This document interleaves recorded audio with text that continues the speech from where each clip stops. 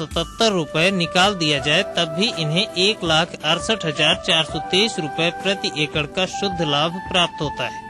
अभी इन्हें 7 टन उत्पादन और मिलने का अनुमान है, जो कि इस आर्थिकी में शामिल नहीं किया गया।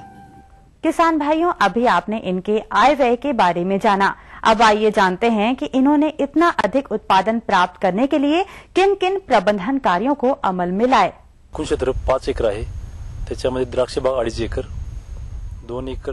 किसान भाइयों, इनके पास सिंचाई हेतु 100 बाई 100 वर्ग फीट का एक तालाब है। इस तालाब में यह किसान भाई बोर व नहर से पानी लाकर जमा करते हैं और संचित किए गए इस पानी का नियोजित तरीके से उपयोग करके इन किसान भाई ने तरबूज का 30 टन उत्पादन लिया।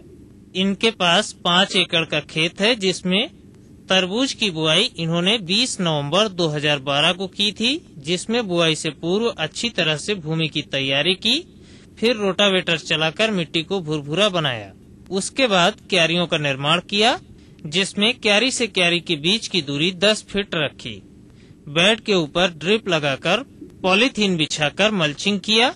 मल्चिंग के ऊपर जिग जैग आकृति में 2 कतारों में पौधे लगाए, जिसमें पौधे से पौधे की दूरी 1.5 फीट रखी।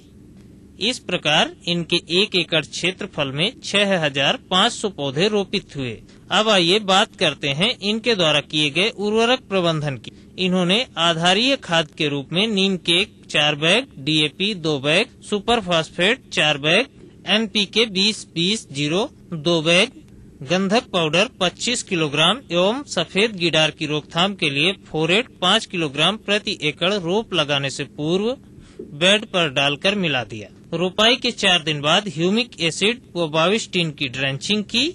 उसके बाद 19-19-19 का एक ड्रेंचिंग किया। फिर रोपाई के 8वें दिन तरल उर्वरक देना शुरू किया, जिसमें 19-19-19 3 किलोग्राम व यूरिया 3 किलोग्राम 1 दिन के अंतराल पर 8 दिन तक दिया।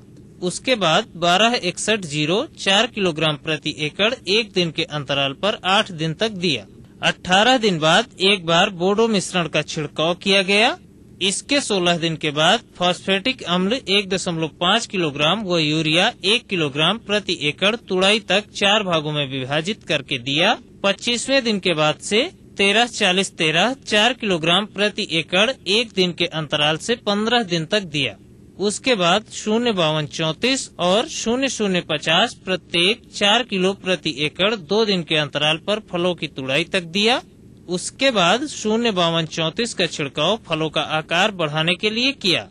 इन किसान भाई की फसल में थ्रिप्स, माहू, लीफ माइनर, चूड़ीलासिता आदि का प्रकोप थोड़ा बहुत दिखाई दिया, जिनकी रोकथाम हेतु इन्होंने समय समय पर रासायनिक दवाओं का छिड़काव किया। शुरुआती अवस्था में 1 घंटा प्रतिदिन ड्रिप द्वारा सिंचाई की। उसके बाद आवश्यकता अनुसार पानी दिया। 70 दिन में प्रथम तुड़ाई प्रारंभ की और तुड़ाई के उपरांत फलों को आकार के अनुसार अलग अलग ग्रेडिंग करके बाजार में भेजवा दिया।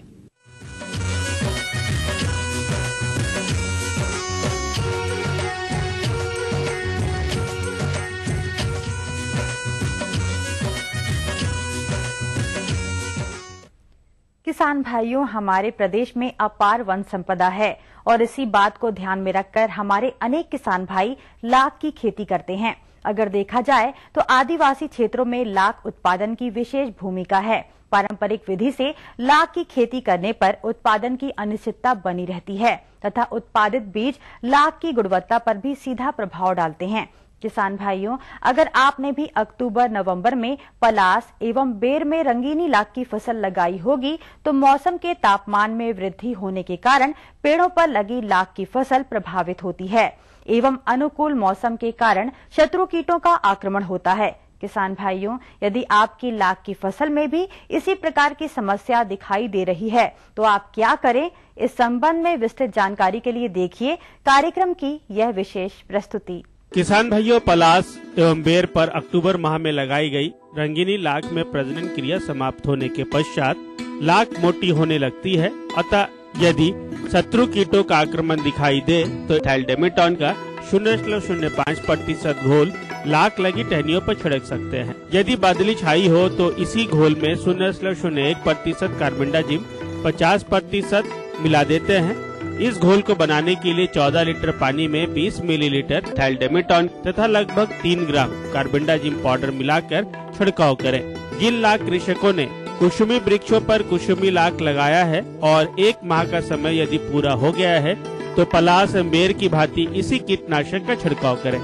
परंतु यदि क्रैशोपा नामक शत्रु कीट का आक्रमण हो तब इथेनोफ्रॉक्स 10 EC का 0.02% घोल का उपयोग करें। इसके लिए 2 मिलीलीटर दवा प्रति लीटर पानी में मिलाकर छिड़काव कर सकते हैं। ग्रीष्म काल में अधिक तापमान से बचने के लिए पलास वृक्ष की आंशिक काटाई छटाई इस माह में भी अनुशंसित है, जिसका तात्पर्य यह है कि ऐसी टहनियां जिस पर लाख कीट नहीं बैठे हों और विशेष रूप से ऊपरी भाग को सिकेटियर या हंसिये से सावधानी पूर्वक काट दें, जिससे नई पत्तियां समय से पहले आएंगी और धूप सीधे कीट लाख पर नहीं पड़ेंगी। जिन पलास वृक्षों पर अधिक लाख लगी है उसे अप्रैल माह में आरी या सिकेटियर से थोड़ा काट लें, जिससे मई जून में वृक्ष पर लाख का बोझ कम हो जाएगा और अधिक संभावित तापमान से बचाया जा सकेगा। जिन टहनियों पर पूरी लाख मर गई हो उसे सिकेटियर से काटकर तुरंत हटा दें, जिससे यदि परजीवी कीटों का आक्रमण हो तो उसे फैलने से रोका जा सके। ऐसी टहनियों की लाख को छीलकर तुरंत बेच देना चाहिए। जिन क्षेत्रों में कुसुमी वृक्षों पर बिहन फरवरी या मार्च में लगाया गया है और शिशु कीट निकलना समाप्त हो गया है तो सूखी लाख तुरंत हटा दे या छीलकर बेच दे, अन्यथा इसमें विद्यमान शत्रु कीट नई फसलों पर आक्रमण करेंगे। लाख खेती हेतु वृक्षों पर नर्म एवं रसदार टहनियां आवश्यक है, जिससे कीट संचार के पश्चात शिशु कीट अपनी सूंडी टहनियों में घुसाकर आसानी से अपना भोजन प्राप्त कर सकते हैं। नई एवं कोमल टहनियां पाने के लिए सही तकनीक एवं उचित समय पर वृक्षों की काट छाट आवश्यक है। पलास, बेर, सेमियालता आदि पोषक वृक्षों की काट छाट बिहन पेड़ों पर चढ़ाने के 5 से 6 माह बाद की जाती है, जबकि कुसुमी की लगभग 18 माह पूर्व अक्टूबर-नवंबर माह में रंगीनी लाख के संचारण हेतु पलास एवं बेर की काट छाट क्रमशः अप्रैल और मई माह में करना चाहिए। पलास में वृक्षों पर फली आना प्रारंभ हो तभी काट छाट करें। अधिकतर कुसुम वृक्षों पर नई पत्तियां आ गई है, अतः अब कोई काट छाट नहीं किया जा सकता है। बजाय यदि बेर पर जुलाई अगस्त में और यदि कुसुम लाख लगाना हो तब इसे मार्च तक काट सकते हैं। कांटे वाले वृक्ष जैसे बेर एवं खेर की काट छाट नीचे से प्रारंभ करके ऊपर की ओर की जाती है, जबकि बिना कांटे वाले कुसुम एवं पलास की काट छाट ऊपर से प्रारंभ कर नीचे की ओर की जाती है। कटाई छटाई के भी नियम है। सामान्यतः 1.5 सेंटीमीटर मोटाई तक की टहनियों को निकलने का स्थान सही काट दे। इससे अधिक एवं 2.5 सेंटीमीटर मोटाई तक की टहनियों को लगभग 1 से 1.5 फीट छोड़कर काटते हैं तथा इससे मोटी टहनियां नहीं काटनी चाहिए।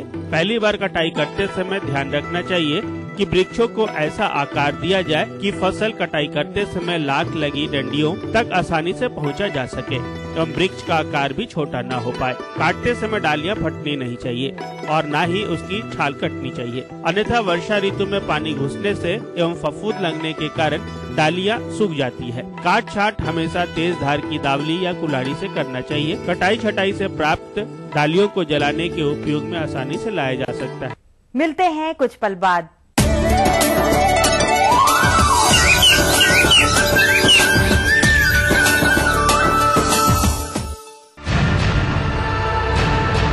सभी धान उत्पादक किसानों की गंभीर भयावह बोझ बनती समस्या तथा कम होती आय के कारक है हानि पहुंचाने वाले कीट एवं रोग। क्या इस जटिल होती समस्या से निजात पाने हेतु है कोई कम लागत में पर्यावरण मित्रवत समाधान?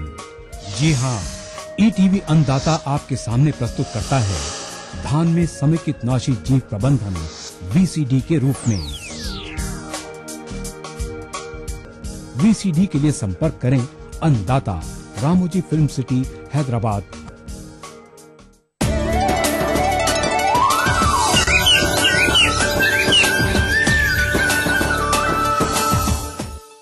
विराम के बाद अन्नदाता कार्यक्रम में आप सभी का पुनः स्वागत है।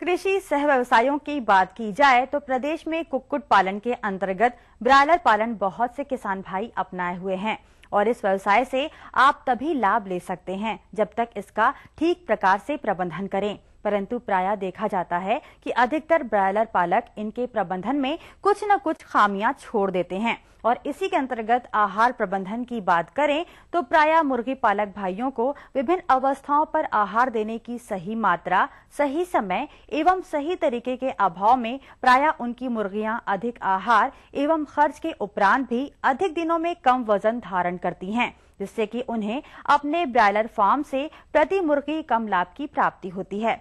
परंतु अब बात आती है कि इस व्यवसाय से आपको लाभ लेना है तो किस प्रकार से इसका आहार प्रबंधन किया जाए जिससे कि आप अपने ब्रॉयलर फार्म से अधिक लाभ ले सकें। इस हेतु हम आपको मिलवा रहे हैं सिवनी के ब्रॉयलर पालक दिनेश ठाकुर से। जैसे ब्रॉयलर अगर पाल रहे हैं अपन, चाहे छोटा करे या बड़ा करे, इसमें विशेष बात रहती है कि मुर्गियों को दाने का विशेष ध्यान रखें। इसलिए अच्छी क्वालिटी का, अच्छी मतलब FCR का दाना खिलाए जिसमें कम से कम अपने को फायदा अधिक से अधिक हो।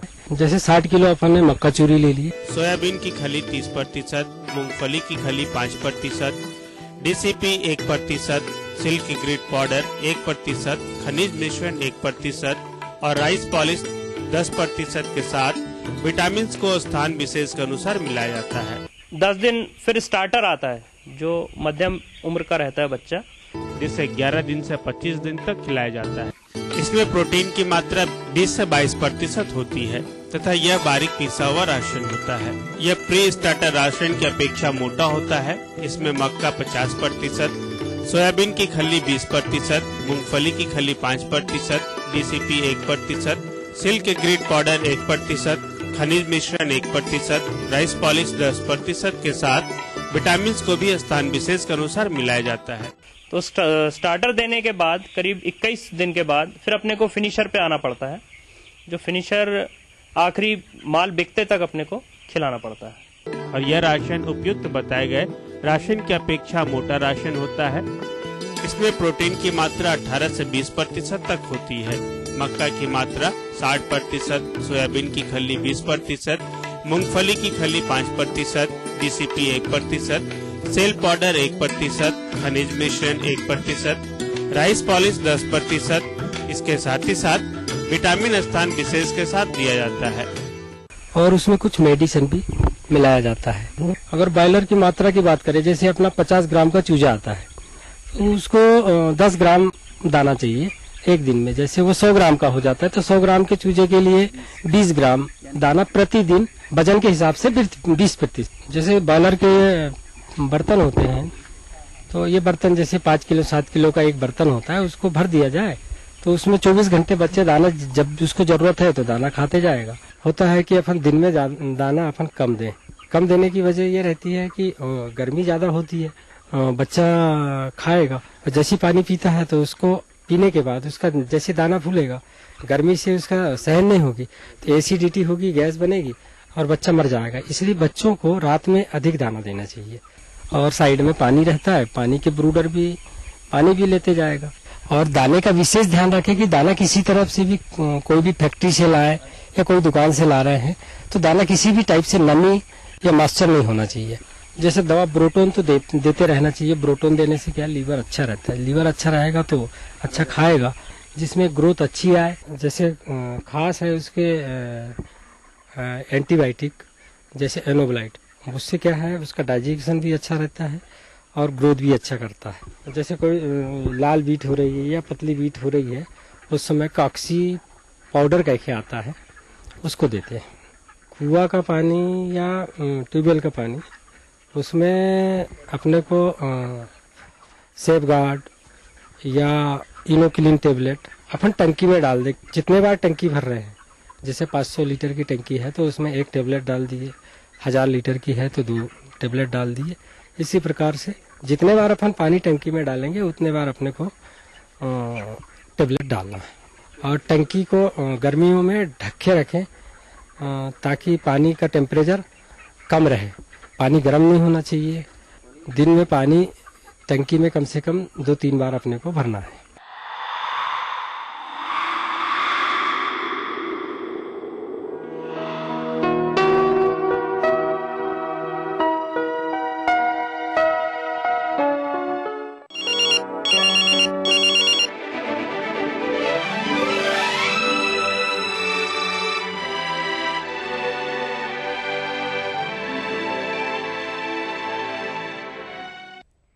अब समय हो गया है आपके प्रश्नों के जवाब का। निशुल्क फोन संपर्क सेवा के माध्यम से पूछे गए प्रश्नों में से आज हमने कार्यक्रम में जिस प्रश्न को शामिल किया है उसे पूछा है ग्राम भेलसा, जिला विदिशा के कृषक दीनदयाल यादव ने। इन्होंने दुधारू पशुओं के आहार प्रबंधन पर जानकारी चाहिए है। तो यादव जी, आपकी जानकारी हेतु प्रस्तुत है कार्यक्रम का यह अंश। दुधारू पशु जो हैं वो दो तरह के हो सकते हैं, एक तो संकर नस्ल के पशु और एक हमारे जो है देसी नस्ल के पशु। तो देखिए, इसमें दोनों के पोषण में थोड़ा अंतर है कि यदि किसान भाई जो है संकर नस्ल के पशु पालते हैं, क्योंकि इन पशुओं को जो है हरा चारा बहुत जरूरी है, तो इसलिए इनको रोजाना 40 से 50 किलो चारा, हरा चारा अवश्य मिलना चाहिए। तीसरी बात ये ध्यान में रखनी है इन पशुओं में, विशेष तौर से चूंकि ये ज्यादा दूध देते हैं, तो दूध में जो है बहुत सारे खनिज तत्व जो है वो आते हैं, तो इन खनिज तत्वों की हमें जो है पूर्ति करनी पड़ती है, अन्यथा हमारे पशु जो हैं वो बांझपन का शिकार हो जाएंगे। तो इसके लिए प्रतिदिन इनको 80 से 100 ग्राम जो है खनिज मिश्रण देना अत्यंत आवश्यक है।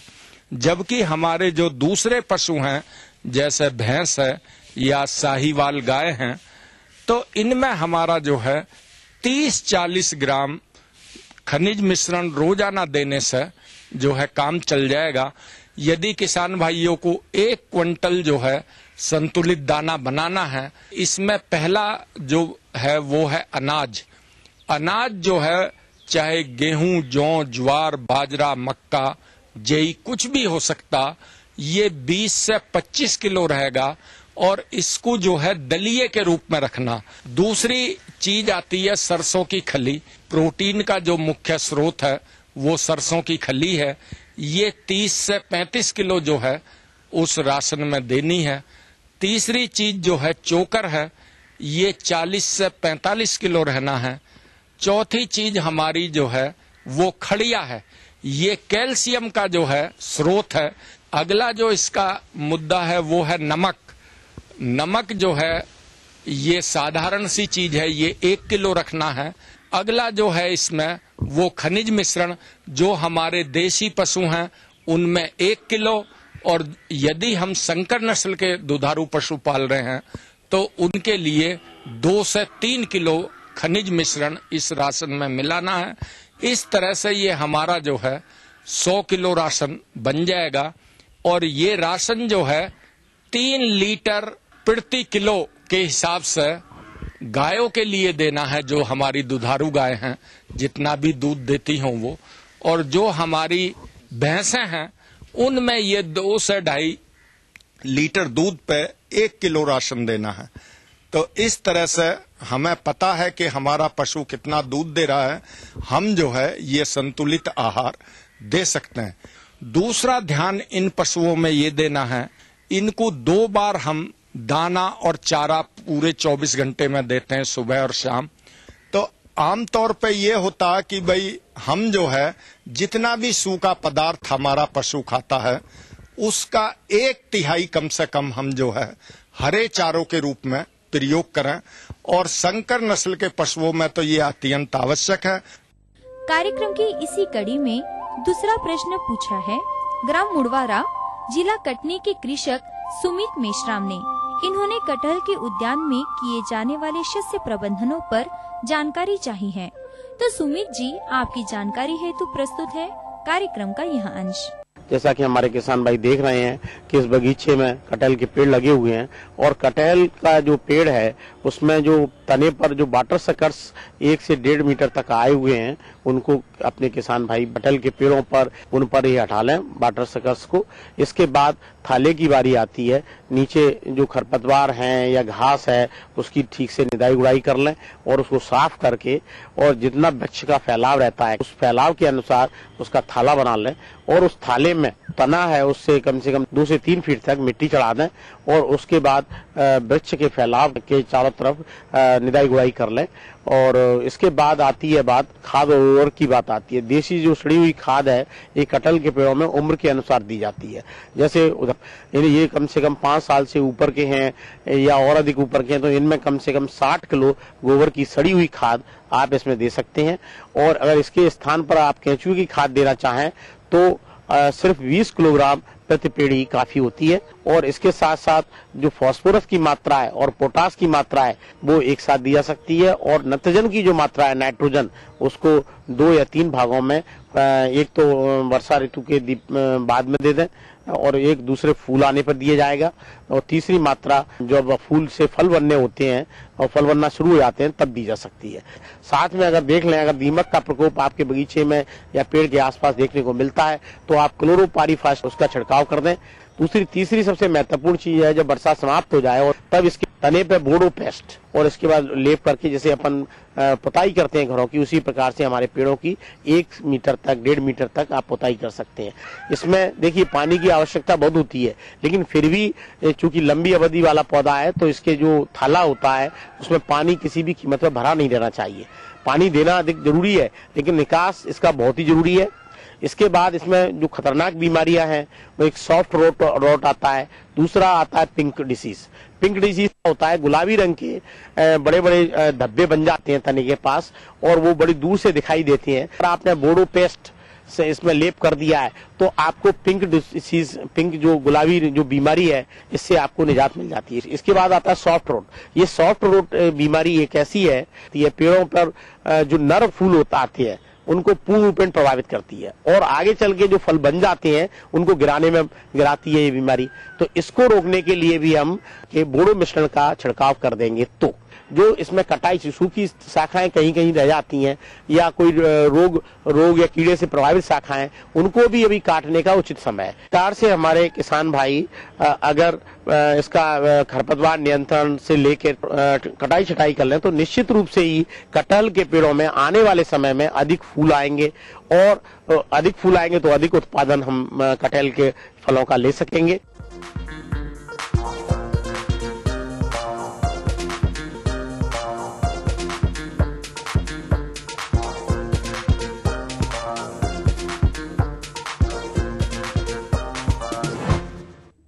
आइए जानते हैं राज्य की विभिन्न मंडियों के भाव।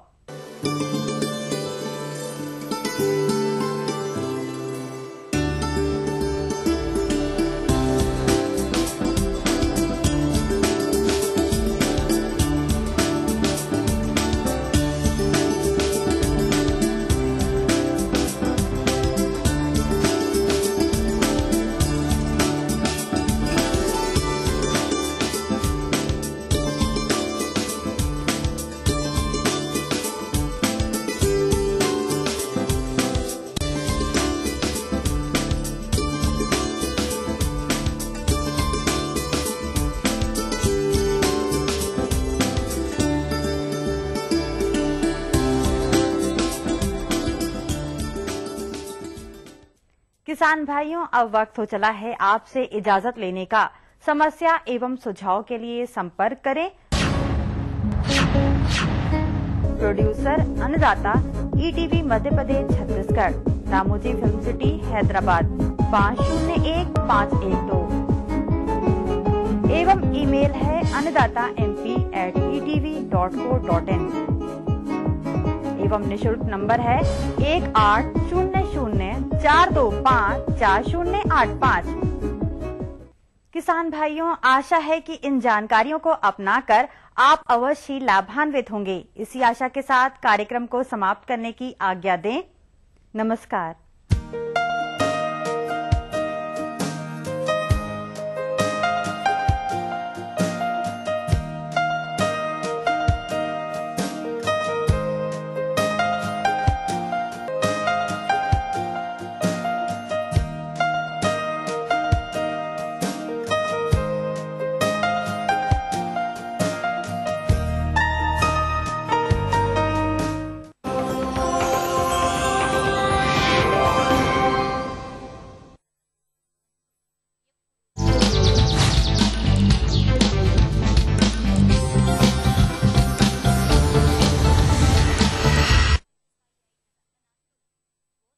न्यूज के सह प्रायोजक हैं किसानों की तरक्की का सहारा कावेरी सीड्स के जादू के पास।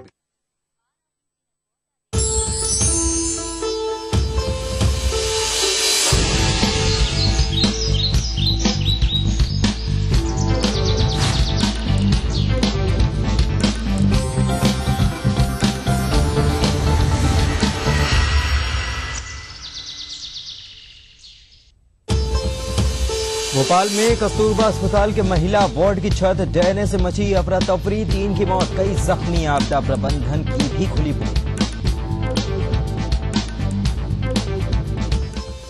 नीमच के मनासा में शिवराज सिंह की सभा में लगे सोनिया गांधी जिंदाबाद के नारे, सीएम ने ली चुटकी, कहा सपने में भी कांग्रेसियों को मैं ही नजर आता। रीवा में आज मुख्यमंत्री करेंगे अटल ज्योति अभियान का शुभारंभ, भाजपा के राष्ट्रीय अध्यक्ष राजनाथ सिंह होंगे मुख्य अतिथि, सारी तैयारियां।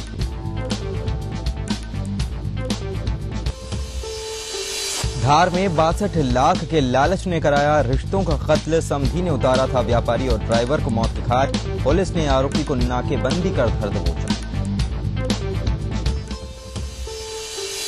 और बालाघाट में कड़ी मशक्कत के बाद वन अमले ने पाया बाघ पर काबू, गुस्साए लोगों ने की पुलिस वाहन में तोड़फोड़, भोपाल वन विहार में रीना बाघिन की मौत।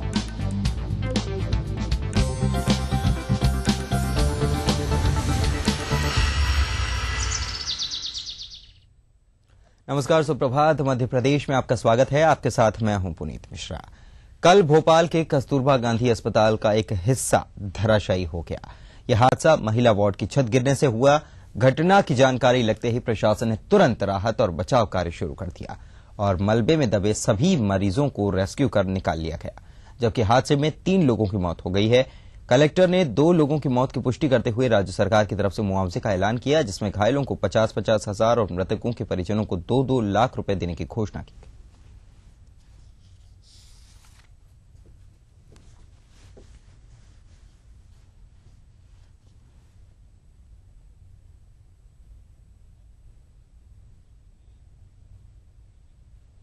तो हादसे के बाद घटनास्थल पर हाय तौबा मची रही। एक तरफ जहां मृतकों और घायलों के परिजनों का रो रो कर बुरा हाल था, वहीं जिनके परिजन मिल नहीं पा रहे थे वो बदहवास थे। लेकिन अफरा तफरी के इस आलम में प्रशासनिक अमला हो या फिर सफेद पोश नेताओं का जमघट, इनकी ओर से वही पुराना रटा रटाया जवाब आ रहा है, जिसे सुनकर हर किसी के कान पकते हैं और पीड़ितों को गुस्सा भी आ रहा है।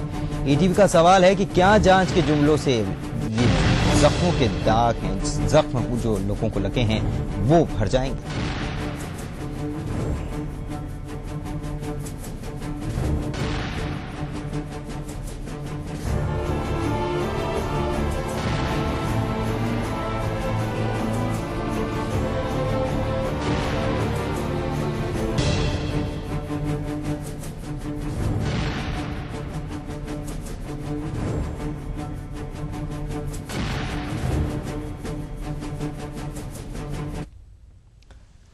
कस्तूरबा अस्पताल हादसे के बाद भीड़ प्रबंधन के आपदा प्रबंधन की कलाई एक बार फिर से खुल गई है। राहत का काम जो चंद घंटों में पूरा हो जाना चाहिए था, उसे पूरी रात तक जारी रखना पड़ा। क्यों? देखिए भोपाल से संदीप भमरकर की इस रिपोर्ट में। भेल इलाके के सबसे बड़े और भरोसेमंद अस्पताल कहे जाने वाले कस्तूरबा अस्पताल का एक हिस्सा भरभरा कर ढह गया। इस 2 मंजिला हिस्से के ऊपरी मंजिल पर महिला वार्ड था और निचली मंजिल पर आईसीयू बनने का काम चल रहा था। अस्पताल प्रबंधन को इस बात का इल्म ही नहीं रहा कि ये कमजोर इमारत इस तरह ढह सकती है। जिस हिस्से के ऊपरी मंजिल पर महिला मरीजों का इलाज चल रहा था, उसी के नीचे मंजिल पर आईसीयू बनाने का निर्माण हो रहा था। भेल के किसी अफसर ने ये जहमत नहीं उठाई कि मौके का जायजा लेकर हिदायतें दें।